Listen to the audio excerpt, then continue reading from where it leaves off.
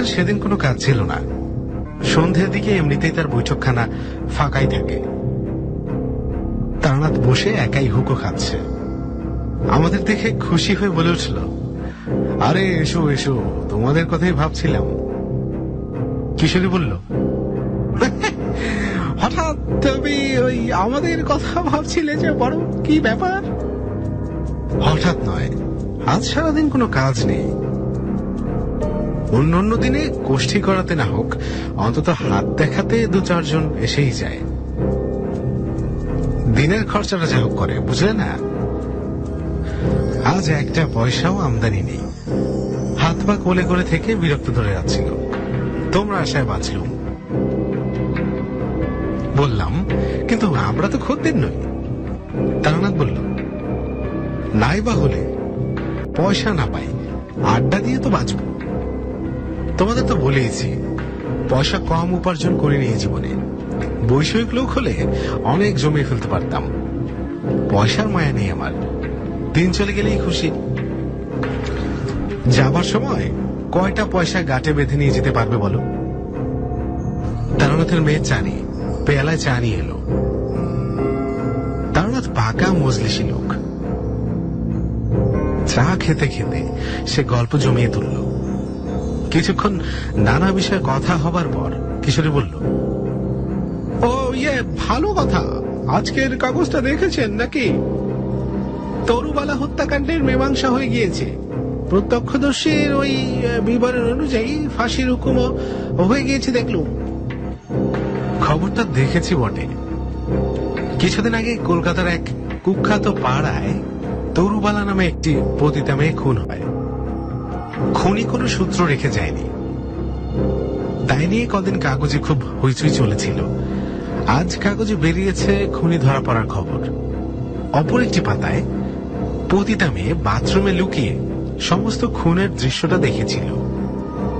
এতদিন প্রাণের ভয়ে কিছু বলেনি, কিন্তু পুলিশে জেরার চাপে আর বিবেকের তাড়নায় সে শেষ পর্যন্ত সব স্বীকার করেছে। বস্তুত তার বিবৃতিকে নির্ভর করেই অপরাধীর শাস্তি হয়ে গেল। আমি বললাম, সত্যি মেয়েটার দোষ নেই। প্রাণের ভয় সবারই আছে। তাছাড়া চোখের উপর একটা খুন দেখলে মনের অবস্থা কেমন হয় কে জানে। একজন মানুষকে 5 হাতের মধ্যে মেরে ফেলা হচ্ছে, উফ, ভাবা যায় না। কিশোরী বলল, সত্যি বলেছ। খুনের প্রত্যক্ষদর্শীর মনের অবস্থা কি হয় ভারী জানতে ইচ্ছা করে, কিন্তু কে বলতে পারবে তা বলো? তারানাথ বলল, আমি পারি, আমি বলতে পারবো। আমি আর কিশোরী তারানাথের কথায় অবাক হয়ে তার দিকে তাকালাম। বলে কি তারানাথ, ঠাট্টা করছে নাকি? কিন্তু সিরিয়াস ব্যাপার নিয়ে ঠাট্টা করবার লোক তো তারানাথ নয়। তাহলে? কিশোরী আমার চেয়ে আগেই সমস্ত পরিস্থিতি সামলে নিতে পারে। সে জিজ্ঞাসা করল, কি করে বলতে পারেন আপনি? তারানাথ গম্ভীর গলায় বলল, কারণ আমি চোখের সামনে একটা খুন হতে দেখেছি। তারানাথের কাছে অনেক অদ্ভুত গল্প শুনেছি, কিন্তু এ ব্যাপার একেবারেই অপ্রত্যাশিত। এবার কিশোরীও কোনো কথা বলল না। তারানাথ আমাদের দিকে তাকিয়ে বলল, খুন হয়েছিল বটে, কিন্তু সেই খুনের জন্য কারো ফাঁসি পায়নি। আমি ছাড়া আরো কয়েকজন প্রত্যক্ষদর্শী ছিল। কেস আদালতে ওঠে, কিন্তু পরে যে খুন করেছিল সে ছাড়া পেয়ে যায়। গল্পটা শুনবে? তাহলে বলি। শুনবার জন্য আমাদের অনুরোধ করার সামান্যই প্রয়োজন ছিল।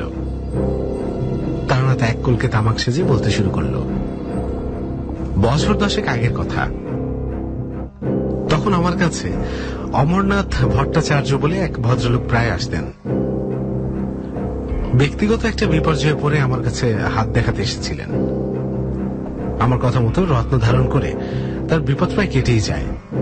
তারপর থেকে কৃতজ্ঞতা বশত হোক আর আমাকে ভালো লেগে যাওয়ার জন্যই হোক, সপ্তাহে অন্তত 3 দিন আড্ডা দিতে আসতেন। অতি অমায়িক মানুষ, আড্ডাবাজ এবং ভালো গল্প বলিয়েও বটে। আমাদের আলাপ খুবই জমে উঠেছিল। একদিন অমরবাবু সন্ধ্যের দিকে এসে হাজির। দেখলাম উনি কিছুটা অন্যমনস্ক, কোনো চিন্তায় মগ্ন থাকলে যেমন হয়। চা খাচ্ছেন, হ্যাঁ হু করে আমার কথার উত্তর দিয়ে যাচ্ছেন, কিন্তু আড্ডা যেন ঠিক জমছে না। একসময় বলে ফেললাম, আপনার কি হয়েছে বলুন তো, কিছু ভাবছেন? অমর ভট্টাচার্য এক মুহূর্ত কি ভাবলেন, তারপর বললেন, ভেবেছিলাম বলবো না, কিন্তু এখন মনে হচ্ছে বললে আপনাকেই বলা উচিত। অন্য হেসে উড়িয়ে দেবে, কিন্তু আপনি হয়তো বুঝতে পারবেন। বললাম, খুলে বলুন। আমার এক বাল্যবন্ধু আছেন, তার নাম বিজয় চাটুর্য। অনেকদিন বিয়ে হয়েছে বটে, কিন্তু একটি বই সন্তান হয়নি। মেয়ে সন্তান, নাম সুবালা। এখন তার বয়স 13। মেয়েটি দেখতে খুবই সুন্দরী, পড়াশোনাতেও ভালো। বিজয় প্রাচীনপন্থী গোড়া লোক নয়। মেয়েকে সে লেখাপড়া শিখিয়ে উপযুক্ত করে বিয়ে দিতে চায়। সবই তো ভালো চলছিল, কিন্তু হঠাৎ একদিন এক বিপদ এসে উপস্থিত। কি হয়েছিল? সুবালা আজকাল কেমন কেমন সব কথাবার্তা বলতে শুরু করেছে, যার কোনো মানেই হয় না, এমন সব অসংলগ্ন কথা। বিজয় খুব ভয় পেয়ে গিয়েছে। সে সন্দেহ করছে সুবালার বোধহয় মস্তিষ্ক বিকৃতির লক্ষণ দেখা দিয়েছে। কি ধরনের অসংলগ্ন কথা? অশ্লীল কিছু? আদৌ না। সবার সঙ্গে বসে আলাপ করতে করতে থেমে গিয়ে কেমন যেন হয়ে যাচ্ছে, তারপর একটা ঘুম ঘুম ভাবের মধ্যে অদ্ভুত কথা বলছে। সেই কথাগুলো কি? অমর ভট্টাচার্য বললেন, সেগুলো ঠিক বলে বোঝানো যাবে না। আপনি চলুন না একবার। আপনি তো নানান রকম বিষয় জানেন, হয়তো আপনাকে দিয়ে বিজয়ের একটা উপকার হয়ে যাবে। সুবালাকে ডাক্তারের কাছে নিয়ে যাবার আগে আপনি একবার চলুন। বললাম, বিজয়বাবু কোথায় থাকেন? এই কাছেই, অবিনাশ দত্ত লেনে। কাল যাবেন? আমার কৌতূহল জেগে উঠেছিল। বললাম, বেশ তো। বলে রাখবেন আপনার বন্ধুকে, কাল সন্ধ্যার দিকে যাওয়া যাবে। ঠিক আছে, আমি এসে আপনাকে নিয়ে যাব, তৈরি থাকবেন। পরের দিন গেলাম বিজয় চাটুর্যের বাড়ি। সাধারণ মধ্যবিত্ত গৃহস্থ, তবে সচ্ছল অবস্থা। ভদ্রলোক বেশ সুপুরুষ। 40 পেরিয়েও চুলে পাক ধরেনি বা কপালে একটি রেখাও পড়েনি।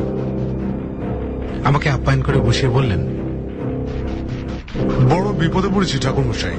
আমার এই একটি মাত্র সন্তান, ওর যদি কিছু হয়ে যায় তাহলে আর কোনো সান্ত্বনাই থাকবে না। শুনেছেন তো সব আমরের কাছে। বললাম, মেয়েটিকে একবার ডাকুন না দেখি। বিজয়বাবু নিজে গিয়ে হাত ধরে সুবালাকে নিয়ে এলেন। অমর ভট্টাচার্য ঠিকই বলেছিলেন, মেয়েটি অপরূপ সুন্দরী। বাড়ন্ত গড়নের জন্য সত্যিকার বয়সের চেয়ে অনেক বড় দেখায়।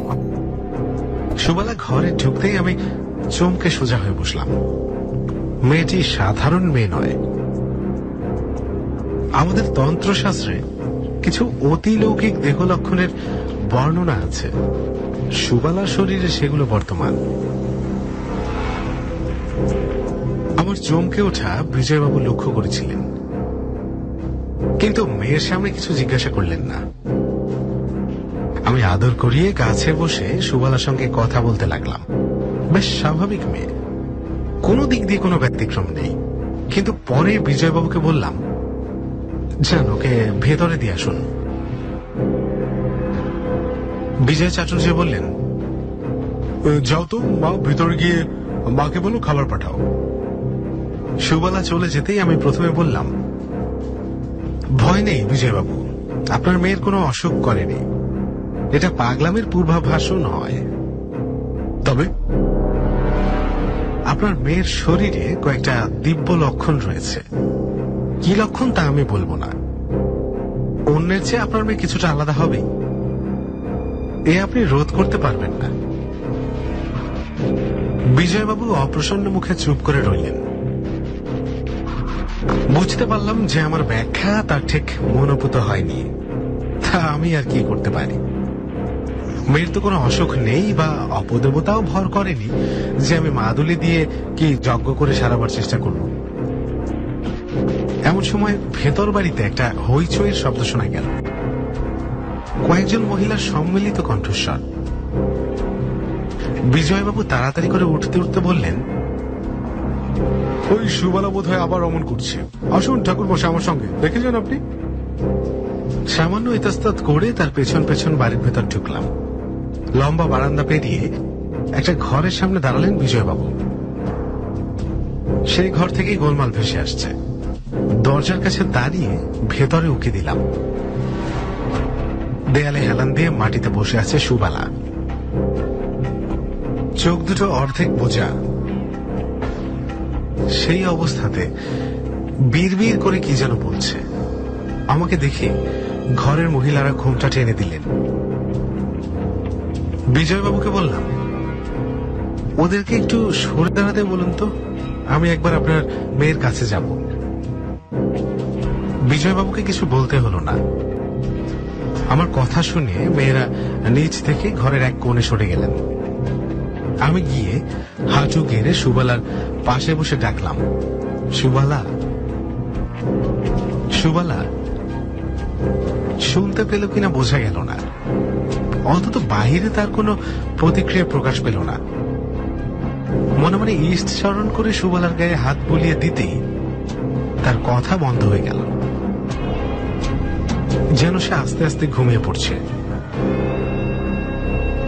জানো তো, মধুসুন্দরী দেবী আমাকে ওই ধরনের কয়েকটি ক্ষমতা দান করেছিলেন। সুবালাও শান্ত হয়ে এলো, গভীর নিঃশ্বাস পড়তে লাগলো। আমি মৃদু স্বরে বললাম, বলো বলো মা, কি বলছিলে বলো। সুবালা টেনে টেনে বলল, খোকা পড়ে যাচ্ছে যে, আমিও পড়ে যাচ্ছি। পেছন থেকে ঠেলে দিল আবার কোলে খোকা। বললাম, খোকা কে? আবার খোকা। তোমার ছেলে? উত্তর নেই। মাথায় কি কষ্ট, পাথর এসে পড়ল মাথায়। কে ধাক্কা দিল তোমাকে? আর উত্তর নেই। এবারে সত্যিই ঘুমিয়ে পড়েছে মেয়েটি। বিজয়বাবুকে বললাম, ওকে বিছানায় শুয়ে দিন, ঘুমিয়ে পড়েছে। আর আপনি আমার সঙ্গে আসুন, কথা আছে।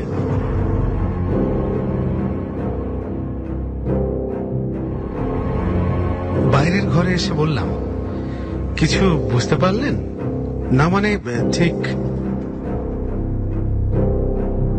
আপনার মেয়ে জাতিস্বর। জাতিস্বর? সুবালা সম্ভবত আগের জন্মের কথা মনে করতে পারে। যেসব কথাকে আপনারা অসংলগ্ন বলে মনে করছেন, তা আসলে ওর আগের জন্মে ঘটে যাওয়া ঘটনা। এই কারণেই ওর শরীরে নানা দিব্য লক্ষণ রয়েছে। জাতিস্বর হওয়া আত্মার খুব উঁচু অবস্থার পরিচয়। বিজয়বাবু বললেন, তাহলে এখন আমাদের কি করা উচিত? কিছুই নয়, এ ভাব আপনিই কেটে যাবে। আমি আরো একটি জাতিস্বর মেয়েকে দেখেছিলাম। বয়স বাড়তে শুরু করার সঙ্গে সঙ্গে জন্মান্তরের স্মৃতি কমে আসতে থাকে। সুবালার কতদিন হয়েছে এখন? বিজয়বাবু একটু ভেবে বললেন, তা বছর খানিক তো হবেই। তাহলে তো অনেক বেশি বয়সে শুরু হয়েছে বলতে হবে। জন্মান্তরের স্মৃতি সাধারণত 5-6 বছর বয়সে জেগে ওঠে, আর এই বয়সে মিলিয়ে যেতে থাকে। যাক, কিছু না করে শুধু দেখে যান, সুবালা এমনিই সেরে যাবে। সেদিন ফিরে চলে এলাম। তারপর বছর কয়েক ধরে মাঝে মাঝে বিজয় চাটুর্যের বাড়ি গিয়েছি। কখনো বা উনি আর অমরনাথ আমার কাছে এসে সুবালার খবর দিয়েছেন। মোটের উপর বলতে গেলে 2 বছরে আমরা সুবালার গত জন্মে কি ঘটেছিল সে সম্বন্ধে একটা ধারণা করতে পারলাম। বিভিন্ন সময় আচ্ছন্ন অবস্থায় সুবালা যা বলেছিল তার উপর নির্ভর করেই আমরা কিছু জোড়াতালি দিয়ে সমস্ত ব্যাপারটা আন্দাজ করেছিলাম। কিন্তু আমাদের আন্দাজ যদি সত্য হয়ে থাকে কেন? নিশ্চয়ই সত্য, কারণ পরে যা ঘটেছিল তাতে আর কোনো সন্দেহ থাকার কথা নয়। কিশোরী বলল, আপনারা কি আন্দাজ করেছিলেন? তারানাথ বলল, সুবালা ওই ঘোর লাগা অবস্থায় প্রায় বলতো সে তার ছেলেকে নিয়ে যেন কোনো উঁচু জায়গা থেকে পড়ে যাচ্ছে, মাথায় আঘাত পাওয়ার কথা বলতো। একদিনও টান করে চুল বেঁধে এসেছে। দেখলাম বাঁ দিকের কপালে একটা লম্বা দাগ। পুরনো ক্ষত শুকিয়ে এলেও যেমন দাগ শুকিয়ে যায় তেমনি। বিজয়বাবুকে বলতে তিনি বললেন, ওটা সুবালার জন্মদাগ। খেয়াল করেছেন কি, সুবালা আচ্ছন্ন অবস্থায় মাথার যেখানে আঘাত লাগার কথা বলে এই দাগটাও ঠিক সেইখানে। বিজয়বাবু বললেন, তাও কি হয় গত জন্মের আঘাতের দাগ এ জন্মেও ফুটে ওঠে? বললাম, জানি না, তবে পৃথিবীতে অনেক কিছুই যে সম্ভব সে তো দেখতেই পাচ্ছেন। যাক, 2 বছরে যা জানতে পেরেছিলাম তা খুব স্পষ্ট না হলেও মোটামুটি এই: সুবালা গত জন্মে একটি শিশু সন্তান নিয়ে বিধবা হয়। পরে কে বা কারা কোনো টিলার উপর থেকে সন্তান সহ সুবালাকে ঠেলে ফেলে দিয়ে হত্যা করে। কিন্তু কেন হত্যা করে এবং হত্যাকারীর নাম কি, এসব খবর আমরা কিছুতেই জানতে পারিনি। এখানে এসেই সুবালার কথা আটকে যেত। মনের উপর চাপ পড়লে ক্ষতি হতে পারে ভেবে আমিও আর কখনো জোর করিনি। এখানে একটা কথা বলে রাখি, এই ঘটনায় আমি বুঝতে পেরেছিলাম মাতৃস্নেহ কি জিনিস। সন্তানের প্রতি মায়ের টান বিশ্বের একটা বড় শক্তি। সুবালা মাত্র 13 বছরের কিশোরী, এজন্য এখনো সে মা হয়নি, কিন্তু আধো অজ্ঞান অবস্থায় যখন সে বলতো, খোকা পড়ে যাচ্ছে যে আমিও পড়ে যাচ্ছি, পেছন থেকে ঠেলে দিল আবার কোলে খোকা, তখন তার মুখে যে ব্যাকুলতা ফুটে উঠত তা মাতৃহৃদয়ের গভীর অভিব্যক্তি ছাড়া হয় না। গত জন্মের হারানো ছেলের প্রতি এই আরতি একটু কমে এলো। এইভাবে আরো বছর 2 কেটে যাওয়ার পর আস্তে আস্তে সুবালা অনেকটা স্বাভাবিক হয়ে গেল। এখন তার বয়স হলো 17। একদিন বিকেলে অমরবাবু এসে বললেন, একটা ভালো খবর আছে, বুঝতে পেরেছেন? বেশ বড় রকমের ভোজ আসন্ন। বললাম, কি ব্যাপার? গৃহিণী পুত্রমুখ দর্শন করবেন নাকি?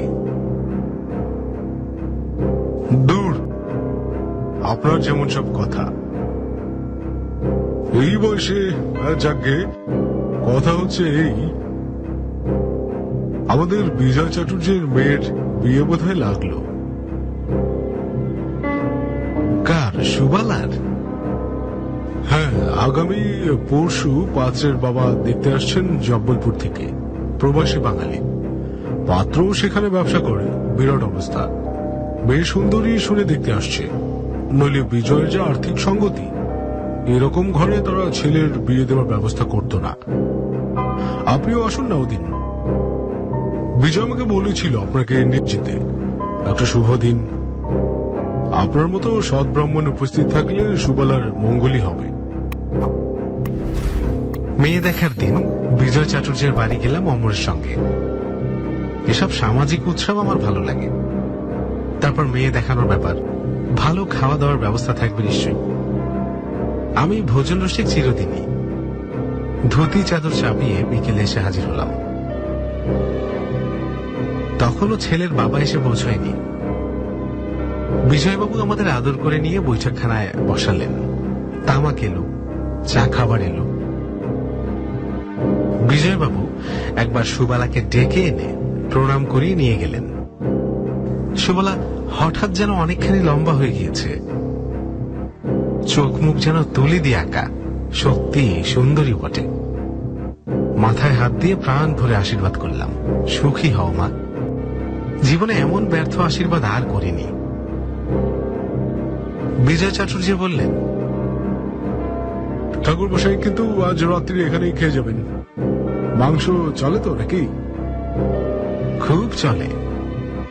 আমি ওই ঘন্টা নাড়া পুরুত বামুন নই। সবারই মন বেশ ভালো। বিজয়বাবুর মনের আনন্দ কিছুটা বাইরে বেরিয়ে আসছে। কেনই বা হবে না? বড় লোকের ঘরে মেয়ে বিয়ে দিতে চলেছেন, বিয়ে প্রায় ঠিকই বলতে গেলে। পাত্রের কে এক আত্মীয় মেয়ে দেখে গিয়ে ওখানে দারুণ প্রশংসা করেছেন। আজ বাবা দেখে গেলেই পাকাপাকি হয়ে যায়। সন্ধে ঠিক 7টায় দরজায় করানোর উঠল। বিজয় ব্যস্ত হয়ে বেরিয়ে একটু পরেই এক দোহারা চেহারার সুপুরুষ প্রৌঢ় ভদ্রলোককে নিয়ে ঘরে ঢুকলেন। আলাপ করে দিয়ে বিজয়বাবু বললেন, ইনি হচ্ছেন সনাতন মুখোপাধ্যায়, পাত্রের বাবা। আমরা নমস্কার করলাম। সনাতন বাবু আমাকে প্রণাম করার ধার দিয়েও গেলেন না। অর্থ থাকলেও অনেক ধনী ব্যক্তির ব্যবহারে একটা নম্রতা থাকে, উনি সে দলের নন। বেশ জবরদস্ত লোক। আমাদের নমস্কারের উত্তরে একটা দায় সারা প্রতি নমস্কার করেই তারা দিয়ে বললেন, চতুর্থ মশাই মেয়েকে আনুন, একটু দেখি তাড়াতাড়ি। আমার হাতে আবার বেশি সময়ও নেই, এক্ষুনি আবার উঠতে হবে। কলকাতায় এসেছিলাম ব্যবসার একটা জরুরি কাজে, ভাবলাম এলাম যখন একবার দেখেই যাই, নইলে এমনিতে তো আর বড় একটা আশা হয়ে ওঠে না।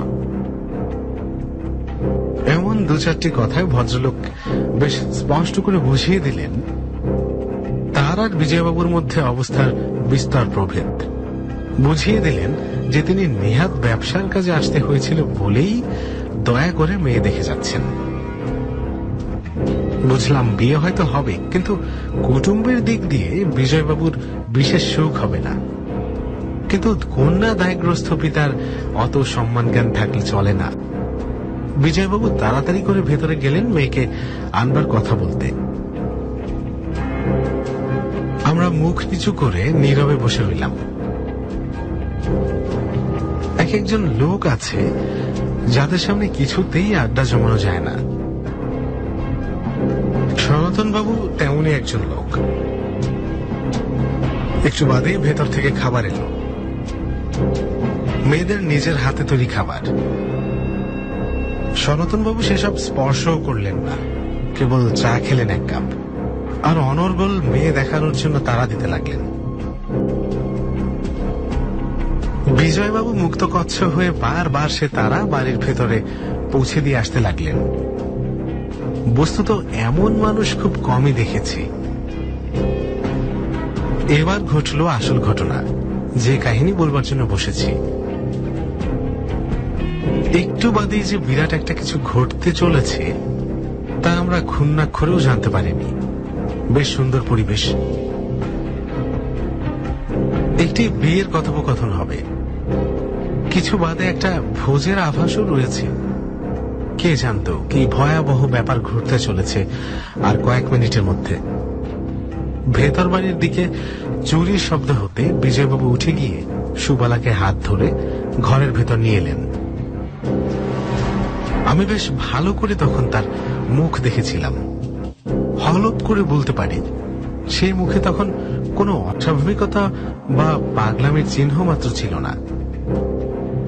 আমি সুবালাকে বসতে জায়গা করে দেব বলে উঠে সরে যাচ্ছি, অমরনাথও সরে বসবার উদ্যোগ করেছে।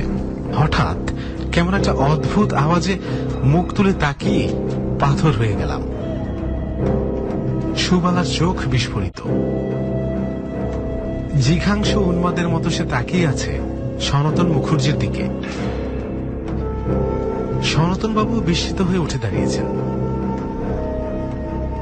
সুবালার সমস্ত শরীরের পেশি শক্ত হয়ে গিয়েছে, চোখ তীব্র ক্রোধে জ্বলে উঠেছে, ঠোঁটের ভঙ্গি ক্ষিপ্ত। বিজয়বাবু ভয় পেয়ে কি যেন বলতে যাচ্ছিলেন। তার মনের অবস্থা সহজে অনুমান করা যায়। অনেকদিন মেয়ে এমন করেনি, একেবারেই সেরে গিয়েছে এই ভরসায় তার বিয়ের ব্যবস্থা করেছিলেন। আজ এত বছর পরে আবার সুবালার এমন হবে কে জানত। তিনি বোধহয় কিছু বলতে যাচ্ছিলেন, তার আগেই ঘরের মধ্যে সুবালার তীব্র আক্রোশপূর্ণ গলা ছড়িয়ে পড়ল। লোকটাই আমার খোকাকে মেরে ফেলেছে, আমাকে মেরে ফেলেছে। বলে কি সুবালা? বিয়ে তো আর হচ্ছেই না, কিন্তু এতে ব্যাপার অন্যদিকে অনেক দূর গড়িয়ে যেতে পারে। বিজয়বাবু ধমক দিয়ে বললেন, কি বলছিস? চুপ কর তুই। কাকে কি বলা? সুবালা কাল নাগিনীর মতো ফুলছে। টাকার জন্য খুন করেছিলি না? দাদাকে মেরে শান্তি হয়নি, সম্পত্তি পাওয়ার জন্য আমাকে আর খোকাকে পাহাড় থেকে ধাক্কা দিয়ে ফেলে দিলি। বেশ, কিন্তু এবার তোকে কে বাঁচাবে? সনাতন বাবুর মুখ সাদা হয়ে গিয়েছে। অবাস্তব, অসম্ভব বিভীষিকা দেখলে মানুষের মুখ যেমন হয়। তিনি অস্পষ্ট স্বরে বলে উঠলেন, বৌদি। সেই মুহূর্তেই সুবালা চলতে চলতে ঘর থেকে বেরিয়ে গেল। বিজয়বাবু স্তম্ভিত হয়ে দাঁড়িয়ে আছেন। অমর ভট্টাচার্য বারবার বলছেন, চলে যান সনাতন বাবু, আপনি এক্ষুনি এখান থেকে চলে যান। আমি তাকে থামিয়ে দিতে সনাতন বাবুর সামনে গিয়ে বললাম, বৌদিটাকে? সনাতন বাবু ঠক ঠক করে কাঁপছেন। আমি আবার বললাম, বৌদি বলে কাকে ডাকলেন? কাকে ছেলে ফেলে দিয়েছিলেন পাহাড় থেকে? সনাতন বাবু আর কোনোদিন কথা বলার সুযোগ পাননি। আমার পেছন থেকে হঠাৎ বিজয়বাবু ধর ধর করে চিৎকার করে উঠলেন। আমি চমকে পেছনে ফিরে তাকিয়ে দেখি সুবালা একটা বিরাট বটি নিয়ে ঘরে ঢুকছে। তার কাপড় প্রায় খুলে গিয়েছে, চোখে খুনির দৃষ্টি। আরো পেছনে দৌড়ে আসছেন মহিলারা। ব্যাপারটা চোখের সামনে নিমেষে ঘটে গেল। অমরবাবু খাট থেকে নেমে বা আমি আর বিজয়বাবু এগিয়ে গিয়ে বাধা দেবার আগে সুবালা ঝড়ের বেগে দৌড়ে এসে সনাতন মুখার্জির গলায় বটিটা বসিয়ে দিল। বিকৃত একটা শব্দ করে সনাতন বাবু পড়ে গেলেন। ফিনকি দিয়ে রক্ত ছুটল। সুবালা পড়ে গেল অজ্ঞান হয়ে। মিনিট 10 পরে মোড়ের ডাক্তারখানা থেকে যখন ডাক্তার নিয়ে ফিরে এলাম, তখন আর সনাতন বাবুর দেহে প্রাণ নেই। ঘন্টা 2 পর সুবালার জ্ঞান ফিরেছিল, কিন্তু এত সব ঘটনা তার কিছুই মনে নেই। সম্পূর্ণ স্বাভাবিক। সনাতন বাবুর ছেলে কেস চেপে দেবার চেষ্টা করেছিল, কিন্তু পুলিশ সুবালার বিরুদ্ধে খুনের অভিযোগ আনে। কিন্তু জজ বুদ্ধিমান, এ খুনের কোনো মোটিভ নেই। তাছাড়া আসামি পক্ষ থেকে বলা হয়েছিল মেয়েটি পাগল। আমার আর অমর ভট্টাচার্যের সাক্ষ্যেও কাজ হয়েছিল। সুবালা খালাস পেয়ে গেল। গত জন্মে টাকার লোভে বিধবা সুবালা আর তার সন্তানকে হত্যা করেছিল সনাতন। সেই সম্পত্তি পেয়েই জব্বলপুরে ব্যবসা ফেঁদেছিল সে। এদিকে সুবালা কলকাতায় বিজয় চাটুর্যের মেয়ে হয়ে জন্মগ্রহণ করেছে। ভগবানের মার বড় সাংঘাতিক মার। কোথা থেকে সনাতন মুখার্জিকে এসে শাস্তি নিয়ে যেতে হলো? নিজের জন্য অতটা নয়, কিন্তু তার সন্তানের মৃত্যুর কথা ভুলতে পারেনি সুবালা। সনাতনকে দেখা মাত্র দপ করে জ্বলে উঠেছিল জন্মান্তরের স্মৃতি। তারানাথ থামল। অন্যদিন গল্পের শেষে কিশোরী যা হোক একটা টিপ্পনি কাটে, আজ সেও চুপ করে রইল। বাইরে ল্যাম্পপোস্টে আলো জ্বলে উঠেছে। ঘরের মধ্যে কেমন একটা বিষণ্ণতা। তারানাথ আর কোনো কথা বলছে না। শেষে আমি স্তব্ধতা ভেঙে বললাম, আজ যাই, আরেকদিন আসবো।